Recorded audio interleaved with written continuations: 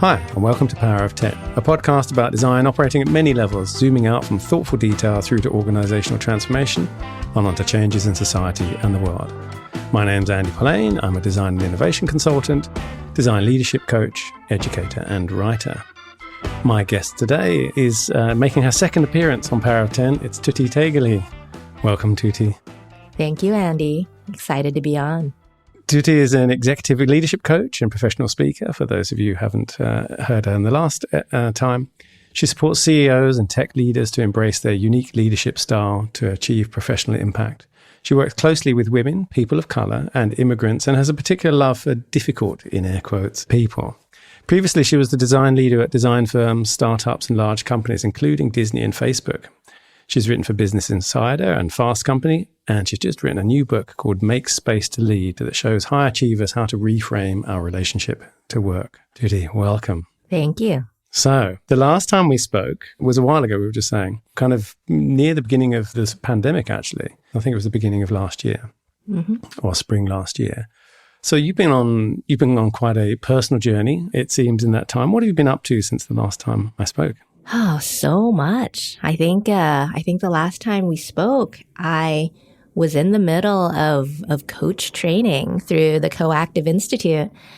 And since then, I think that I've stepped into feeling really comfortable as an entrepreneur with, hate to use this word, but with a portfolio of work, from supporting CEOs of startups, leaders in tech companies, designers and non-designers in one-on-one coaching, running group programs, running my first in-person retreat, which was beautiful. It was about a month ago to actually work with a group of women in person. And then for a lot of this last year, I've been writing. Hence this book coming out. A lot of the thinking and framing and I would say sharpening of the different messages that I've been going through myself and working with people on coming out in the book. So I've got a question. Have you been busy? Andy. So I think they say that we teach what we most need to learn. I've been working with two separate book coaches over this year and writing the book, and this is what happens in our sessions. They always start with, how busy have you been? How packed has been your schedule? And it's actually the second book coach who basically gave me a very inspired tip, which is to only write when I'm in flow. And I find that happens the most if I start out the morning surfing. So if I start out the morning out in the ocean, surfing, relax, when I come back, all I want to do is write. So I am busy, but it's a state of being, I would say not busy. I'm actively in flow, creating, producing a lot of things. And yes, I am busy a lot too. Yeah. Okay. As you know, it was a facetious question, because obviously this is one of the things you're talking about, is making space and actually getting away from the busyness. And, I had a little kind of European chuckle there was a line in the book where you said, it's only when we take a longer vacation of a week or preferably 2 or 3, which for Europeans is a short, 3 weeks is a short vacation, right? Absolutely. It's very American to be, 4 days, that's my vacation. Yeah. So, it's incredible how that kind of, and it's getting shorter and shorter. It's actually happening in Australia quite a lot. Australia used to be quite good on that. And it's now, I think, one of the nations who have kind of the least kind of vacation. America still tops the list. You talked about surfing a lot, actually, in your book. I got the feeling that there was a lot of thinking around the book whilst you were surfing. Not thinking, I don't know if that's true. A lot of what I would call the sort of the stewing, I think writing a book or writing anything actually is a large part of kind of, for me, I call it stewing. I talked to an Italian the other day who said, it's a minestrone, right? It's one of those things you have to kind of let it gradually cook to really get out the flavors. But I think it's one of those things, to make sense of it. So how much was inspired by surfing? Because you even have an acronym in there too, right? I do. I do have an acronym to remember the state of being by SURF, S-U-R-F. But to your question, I remember when I worked actively as a design leader making products, I talked a lot about gestation time, which is the same thing, this stewing time, this minestrone time. And I don't even think it's for writing. I think it's for everything we do, whatever thing we're trying to make, create, problem solve. And absolutely, I do that when I surf. Not necessarily in the active part of paddling, going for a wave, riding the wave, but in a lot of the sitting. I think many people think that surfing is a very active sport because when you see it, you see people up and riding the wave and going down the line. But the reality is you spend a lot of time sitting. Spend a lot of time sitting, floating, bobbing, watching the horizon to see when the next set is going to come. And that is very conducive for introspection. And to your point around around what I call gestation, it's you let an idea sit with you overnight for a couple days when you're in the shower, when you're out walking, or for me, after when I'm out surfing, that's when something pops and then you know what to do next. You know, you get an insight, you get something to unstick you and show you the path forward. Yeah, I think there was I think it's Adam Grant. There was a sort of thing that he had written a little while, and you probably posted it too, but I saw it sort of was one of those things that a tweet of his kind of went around and about this idea of, downtime or is not wasted time. Mm-hmm. And this idea, and I really find that, if you're really, really busy, you just don't have kind of time to think. And my belief is, and I'll be interested seeing you coach some of these people, I have a kind of belief that I think CEOs should be the least busy people in the organization because their decisions carry often the greatest weight, and therefore they should have some time to kind of think about those things. And the opposite is usually the case, right? I mean, I've had plenty of situations where someone said, well, okay, we've got 15 minutes with the CEO to present this thing for, and it's some really kind of important thing or millions of dollars. And I think, who thinks they can make a decision like that in 15 minutes without some reflection and some time? What's your view on this? Because you coach CEOs, right? Especially of startups, right? I do. So two perspectives on this, and this is related to zooming up and down as well. My guess is that for some of the CEOs that I coach, they have different perspectives on a problem. So if it is a problem that most of the time their teams, the people who work for them can handle, then at some points in time, 15 minutes is enough because they've built up the context of it over time. They understand it. Especially most of the CEOs I coach are founders, co-founders, which means they are deeply, passionately embedded in the space of their company. So in a way, they understand it and have been with the ideas and concepts longer than anyone else.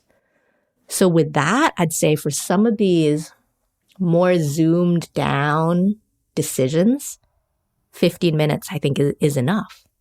And all of these CEOs still struggle with what is the day-to-day firefighting crisis, and then how do you zoom out and make space, make time to look at what is long-term out. And long-term can be 6 months. It can be 2, 3, 5 years. And for that, I believe they need the time and the space. My cat is just on my lap, so you might hear her purrs. Yeah, your cat is making space. They were fighting earlier too, so if anyone hears that in the background, I find it quite relaxing. It's one of those things you could just kind of put on loop. I could just be silent for a second and let people record it. Well, it's the vibration of her on my lap. That is another thing that reminds me to slow down and make space because I've got to pet my cat. Yeah, cats aren't particularly hectic animals, are they? They're quite soothing. So, there's lots we could talk about around your book. You've called it Make Space to Lead, and you're very honest and open in your own story. It's kind of leading there, and it sort of runs all the way through of your kind of own experience. And, you're very honest about this relationship between what you call your achievement monster and finding somehow the other side of it. But working in a culture and in an environment where everyone's meant to have an achievement monster or be one. And, hopefully, if we're doing it right, mine's better than yours and all of that stuff. It's sort of hyper-competitive. And I've got a bunch of questions around here, but at what point did you feel like, here's something I think I can kind of share and I can write about? Was there a kind of trigger to this, or was it something that brewed over time? So I think the biggest trigger for writing externally about this was to really capture and better understand my own process. A lot of researchers talk a lot about research is actually me-search, trying to understand more of our own personal growth and journey. And while I've always journaled, I had not publicly written and blogged. And that's something that I started doing when I left the corporate world. I think I wrote my first public blog the month where I stopped working at Facebook, my last corporate job. Yeah. And for me, that was never intended to be a book or anything like that. It was more, hey, this is a journey that I'm going through. I found these messages have resonated with a lot of my peers, especially many design leaders during performance review season or trying to have more of a say in the roadmap. We'll put our hands up and be like, why are we doing this? Why are we putting so much of our hearts and souls into it? I'd talked to a lot of people feeling very overwhelmed and overworked, and this is even in the years pre-COVID. So there was something about it where I wanted to write to capture my journey and to share it with other people. And as we both know, Brené Brown talks about this catharsis of vulnerability, of sharing, of making a connection. And I think that was the soup altogether that had me start writing a blog weekly. For me, it didn't start as confessional. It started as sharing my learnings along the process. And only after doing that for about 2.5 some years was there, maybe after a year, maybe there was more of a point of view. There was a feedback loop. There were articles that resonated more with people and articles that were not read. So it was all an iterative feedback loop for experimentation. So while it started for me purely and selfishly, it became this way for me to connect with many, many people. And many people come in and find me through my writing right now. Yeah, I call that sort of poking the hornet's nest. You put sort of articles out there and sometimes nothing happens, and another time, often it's the things that, I a little bit throw away almost, what I call brain farts, they're just a little thing. And I think, well, that was kind of interesting. Might have been something a turn of phrase that came up in coaching as a response to someone, and I kind of post it. And those ones suddenly kind of cause a lot of sort of hubbub in both directions, sometimes kind of positive and negative. Absolutely. So, maybe you could kind of talk through maybe there's a little bit of the kind of outline of the book. And I guess the other thing is, obviously, what do you hope that people are going to do with the book? Because there's obviously one thing is to write something or to present something. But the other part of it is, what do I want people to do with that? You mentioned a little bit ago that I talk a lot about my achievement monster. And almost every person that I coach and almost every person I talked to when I was working at Facebook, when we got beyond the large meeting sessions and we sat down for coffee or had a one-on-one, everyone confessed to feeling imposter syndrome. It's the sense that I don't belong here. Everyone else is smarter, better than I am. And I'm a fraud because, who am I with my background, my training, or lack thereof, to sit here, be in this room amongst the other giants. And the reason why I bring those two things together is that we all have these voices. We all have these self-critics. I call it my achievement monster.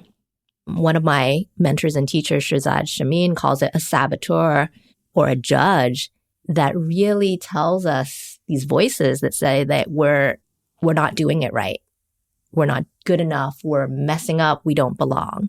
And why talking about the achievement monster is one of the earlier chapters in the book is what I believe helps is realizing that these voices are here. A metaphor I use a lot with clients in tech is we've all heard of needing to have mentors and sponsors. Instead, think about in our internal landscape having a personal board of directors. And on this personal board of directors are all these voices. There may be this achievement monster voice sitting at the table. And at the same time, maybe there are other voices here of leaders that you've respected, of mentors that you have. And every time you're approaching or facing a choice or a decision, listen to all those voices, hear all of them, but know that the voice of the achievement monster is most likely lying. And getting familiar with all these voices, naming them, helps to bring it out into the light a little bit more and help overcome some of that imposter syndrome. There's a book by Stephen Pressfield who wrote a book called The War of Art, and it was, it's a flip around of the art of war. And he does a brilliant thing in this. And he's talking about writing. He's a writer, and he's talking about all the things that get in the way of writing and some of the stuff we just talked about. But the brilliant thing he does is he talks about the resistance as if it's an external thing that's just out to get you. And it's really sneaky and it can get you in lots of different ways. And the reason why it's called the War of Art, it's kind of like how to spot the signs that the resistance is coming to get you and how to protect yourself from it. And of course, it's an internal thing. But the fact that he externalizes this as this external force makes it completely different in terms of the way you can relate to that. Instead of, oh, I'm lazy, I'm no good, I'm kind of rubbish. It's actually, this thing's out to get me and I'm going to stop it. It's really clever. And I think that aspect of naming things is incredibly important. And I don't know what your experience is. One of the things I've found with coachees sometimes is not only naming their things. I mean, you talk in your book about sort of naming your fears and kind of looking at your weaknesses and giving sort of different perspectives on them, but also toxic behavior from other people. And I don't mean sort of necessarily going out and combating that and sort of fighting it head on, but sometimes you can quietly name that to the person who's doing it, and it could be as simple as, it feels like you're trying to bully me here, what brings you to do that? That kind of completely diffuses and disarms sometimes, not always, but a lot of the time I think actually kind of naming the thing that's going on, the dynamic that's going in between sort of takes its power away. And I'm interested if you've found that at all with yourself or with your coachees. Oh, absolutely. I'll tell a different side of the story because, as you said, I still am busy. I still struggle with making space to lead. And the story that you talked about, naming it, saying, oh, that feels a little bit like I'm being bullied, that really resonates with me because for many, many years as a leader, I was a very intense person, a so-called air quotes difficult person, if you will, because I was so passionate about the ideas. And it took multiple brave souls naming it to me, saying that the way that you talk about these ideas is like a hammer or a bulldozer. Doesn't leave space for anyone else to express their opinions. And something like that horrified me so deeply because I believe in diversity and inclusion and making sure everyone's voice is heard. So simply that act of naming is sometimes we can't see these things about ourselves. So I think it's up to leaders to help hold mirrors up to other people and name these traits in a way that can be really, really scary. Because if you're saying this to someone who's very intense and explosive and saying that, oh, I'm feeling bullied, that could blow up in your face and that can be really, really scary. Yeah, that's why I said it sort of in about naming it in a fairly sort of quiet and not combative way. Because I think there's a difference to say, you're bullying me, and I'm feeling this, to saying, it seems like, this is what's going on here. Or, I know it's very subtle and it's a subtle language shift. I've got one little story. I was in a shared sort of studio space that I mistakenly kind of decided to kind of start to form a collective with some people who I didn't know that well, and a couple of people I knew very well. And one of the guys was a little bit immature. He was kind of, but very sort of alpha male-y. And I'm not really that kind of guy. And this is in Australia where there's quite a dynamic of that going on. I found him kind of terribly difficult. And then at one point we were having kind of a row about, as we were trying to separate the studio and I was trying to leave and stuff. And he was just kind of being bullying. And I just said, why are you trying to bully me at the moment in this? What do you hope to achieve? And he kind of burst forth and he said, because I'm a man. And then, I just burst out laughing. And it was just this kind of amazing moment where in that moment I named it, his whole kind of, in Jungian terms, his whole sort of shadow burst forth, and he kind of said the thing that he sort of secretly or unconsciously was feeling, and it kind of just it completely took away his power, of course. And then I was like, well, okay, I've won this argument now, right? But it just also for me just completely took away the dynamic. And whenever I've had that situation, and that's actually a thing. Bullying is a thing I respond. I wasn't even really bullied at school, but I respond badly, I think, to the unfairness or the sense of powerlessness.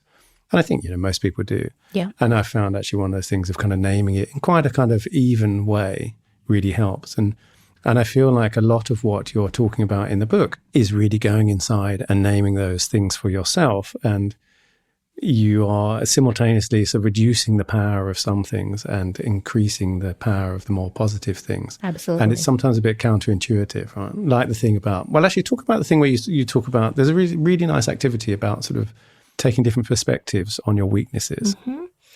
Can I circle back to your story for a minute? And this is related to shifting perspectives.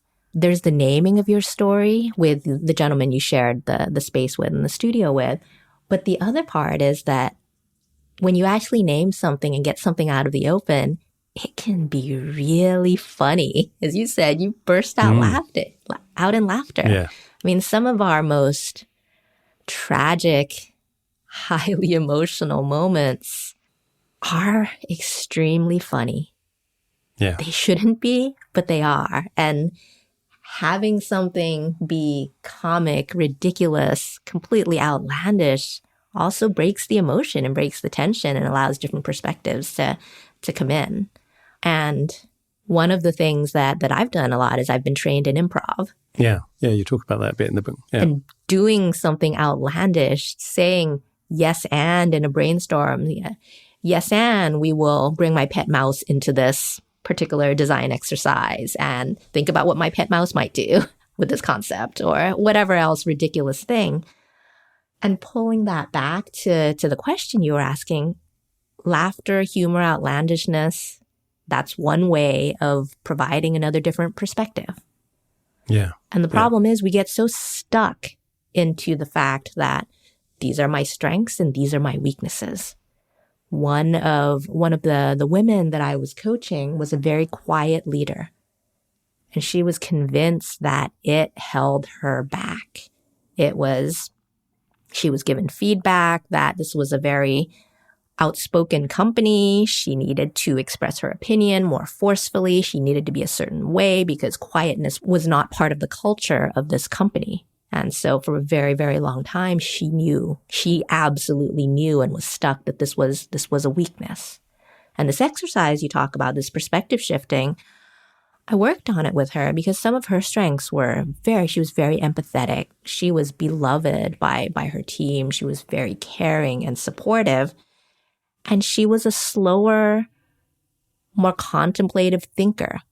There's so many different types of thinking. There are people who think very fast on their feet, and these are the people who win more in meetings because they have something to say immediately.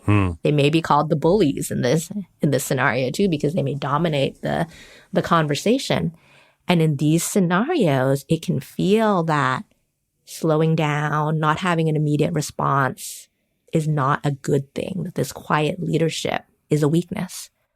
So one exercise is flipping the perspectives, coming up with as many different possibilities about, well, what if being quiet was a strength? What if it was a strength because you can slow down the speed of the conversation and make sure that every person in the room is able to give their perspective so we don't mistakenly rush into a strategy that's going to blow up in our faces? Yeah. What if being quiet is a strength because you're going to be able to write your perspective, write your opinion, and send that in a follow-up email? Back to the CEO example. What if we take a couple of days to do this or a weekend before we make this decision, something else will come up, and a quiet leader may see that opportunity and open up the space for the team to do that. There's 3 off-the-cuff examples of how a perceived weakness could be a strength. I really like that story, actually, because I think it's quite common. I do teach quite a lot. I coach as well. It's weird. I get kind of waves of female coaches and male coaches. And I had at one point quite a lot of female coaches, and this came up quite a lot for all the reasons you're saying, and particularly in Australia, where it's still a pretty blokey culture. It's still sort of fairly kind of loud blokey culture. And there tends to be that kind of dominance of the loud ones, at least, in a meeting. And this particular coach I'm thinking of, she was very smart, very able, really knew her stuff, had that thing of when I'm in this room now, I get, people ask me questions and I can't think of the kind of facts and figures or the stats or whatever it is off the top of my head, and I feel kind of frozen, and had imposter syndrome. And one of the things was to sort of get her to think about who else in the room knows more about design. She was a UX person, than you here in the room. Well, no one. That's why you're there, right? But she was constantly had this thing of, I shouldn't be here. And that kind of helped, first of all. And I had another coachee, though, who had that very thing of, I hate it when people put me on the spot to answer a question because I really like to think about it and I'm just not that kind of person. And so we worked on him just saying, can you give me just 10 minutes and I'll come back to you about that? And sometimes it was longer and I'll give you an answer by the end of the day or something like that. And the brilliant thing was they did a presentation to a client, and the most senior stakeholder was this woman who said at the end of the presentation, well, thanks very much. I really want to have a little think about everything you presented to me today, and I'll get back to you tomorrow. And it was just fantastic for him to see someone very, very senior do that. And I said, and how did it make you feel? And he went, well, actually really made me feel like she had heard everything we'd been talking about and was taking it seriously, rather than just a kind of glib response and then walked out the door. So it was really, really nice to kind of have that moment where he saw someone very senior do exactly what he was kind of afraid of doing. Mm-hmm. And indeed, the more he did it, and it's a naming thing again, which is to say, I like to take some time to think about that thing rather than pretending that he was fine with coming up with an answer. And it really, really helped. I want to ask a question because you've come from a culture, and unfortunately, Facebook's is being pulled through the news a lot at the moment. But, in general, the tech industry, let's say in California or Silicon Valley, that is heavily there's a very, very strong culture of productivity, of doing more, of all the stuff that you kind of push against, or at least it's a sort of rallying cry against quite a lot of that in your book about, we need to make some space. I have a few coachees from that kind of milieu too, who, sometimes say, I feel like everyone else is better than me, is kind of going faster. But at the same time, then it kind of creeps into the conversation of, actually, I know loads of other people who are really close to burnout, but nobody wants to admit it. Mm-hmm. What do you think is going on? Where does that come from, in that culture? Why is that even there in the first place? So I am really optimistic about Silicon Valley and tech culture. And I think that there is, it's complex and there's a paradox there. I think that there is a brilliant, shiny group of dreamers and thinkers who can imagine what a better world would be like with technology. And I think that in itself is a really beautiful thing. That's the North Star. That's the vision. That is, even if you want to call it the reality distortion field of Steve Jobs. Yeah. And the challenges come in the execution of it, because there is I think a false perception that it's urgent. We never have enough time. If we don't get to product market fit before a certain time, we're going to run out of money. If we don't release this new product line out, our competitors are going to get there first. If we're not first to market, we're going to lose. And there is very much this scarcity model of we must run faster, we must burn out, we must go as quickly as possible because otherwise someone is going to lose. And I believe that's part of our culture. It's part of the VC culture. It's part of what happens when you go public and what we do with exits. And what's challenging is that there's this beautiful thing of being able to imagine and visualize a better future, which is such a sense of abundance. And then this like short-term fear culture reward system, which is this performance review system, which happens every 3-6 months or every year. And it's those two pushing at each other, which causes this burnout, the sense of, even though everyone knows, yes, you need to work smarter, not harder. You're not on a clock. You are not required to work 60 hours a week. There is that fear that unless you do that, you won't be as good as everyone else. Yeah, the peer pressure is strong, right? And that idea that there's only so much pie to go around. Mm-hmm. Do you think those are structurally resolvable? For me, those feel like, particularly the structural thing you just talked about in the second half of that feels like those are just destined never to be resolved. So I think this is a challenging thing to resolve. And this is one of the reasons why I love working with CEOs of smaller companies and startups, because these are the conversations that we have together. How do we set up a company culture so that we are performant? We do hit some of these milestones. We make sure we keep marching towards product market fit while building a company culture of respect, equality, where we have people do their best work because they do want people to be their most creative and inspired, and working long hours does not help with that. Do you think, to use the parlance of the tech industry, that good intentions scale? Scaling is hard. Scaling is hard. I mean, having worked at Facebook, there are many, many good intentions, and the scaling of it is hard, which is why I think how you solve it first is you solve it within a smaller, more contained, 50 to 300 person startup. Your problems scale too, right? So it feels like in that crazy sort of first bit of a startup where there really isn't any time and we're kind of running on a shoestring and everyone is working stupid hours, which I don't necessarily think you have to do. But, for all the reasons you've just said, if you don't take the time or make space to look at that and deal with that, then when are you going to? As you scale, you have even less chance to do it. Mm-hmm. Right? Or you get... I was talking to a previous podcast guest about this idea of sort of ethical debt. You kind of end up with this problem. I think you end up with sort of cultural or organizational debt there. It is way more difficult to pay off than technical debt. No, absolutely. I think there is the right place for each individual person to be.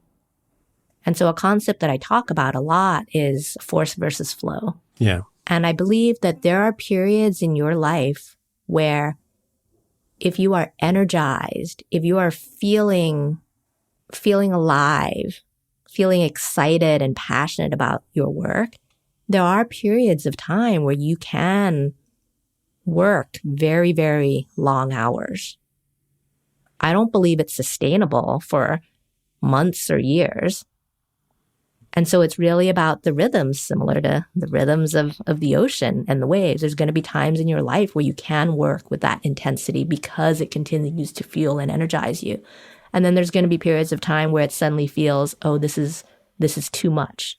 That same number of hours, weekly hours that used to energize you now feel like they're burnout. Yeah. The hours may be the same, but what shifts is how your energy and excitement about it, based on a whole bunch of things: how well the project's going, the relationships between people at work, how long you've been doing this. And then that's the time at a personal level to shift. And what the message that I wanted to share with this book is that when you get to that stage, it's okay to make the space. It's okay to rest. It's okay to slow down. And that will make you, I believe, even more successful, even more energized, do even greater, bigger, more impactful work if you do take those periods of rest to slow down. So it's a difference between sometimes you do need to go, go, go, and you're energized by it. And other times you're not, because you're not in flow. So that's a little bit of, I think, the paradox and the self-awareness to know when you're in one versus the other. I think it's not only, possible, it's necessary, right? That, if you don't, you're actually doing a disservice to the company you're trying to build or the organization you're working in because you burn out and you end up kind of going down in flames. Absolutely. We're going to have to wrap up because we're coming up to time, but there's a great quote from Mike Vance that I sort of wanted to end on in your book, which was slowing down is sometimes the best way to speed up. It's very wise. Yeah. So listen, when's the book out? It might be out by the time this podcast comes out, actually. The book comes out on November 2nd. And will be widely available. There is my website, Make Space to Lead, which will give you lots of the information and details. And I'll put all the other links of where to find you in the show notes. Tutti, thanks so much. It's been lovely to chat. I feel like we could go on for another hour. Maybe we'll do it again sometime. Good luck with the book launch. I'm sure it'll have great impact, and I'm sure you'll get a lot of interest in it. Thanks so much for being my guest. Wonderful. Thank you, Andy. As I'm sure you're aware, you've been listening to Power of 10. My name is Andy Polaine. You can find me at apolaine on Twitter or polaine.com, where you can find more episodes and sign up for my newsletter, Doctor's Note. If you like the show, please take a moment to give it a rating on iTunes. It really helps others find us. And as always, get in touch if you have any comments, feedback, or suggestions for guests. All the links are in the show notes. Thanks for listening, and see you next time.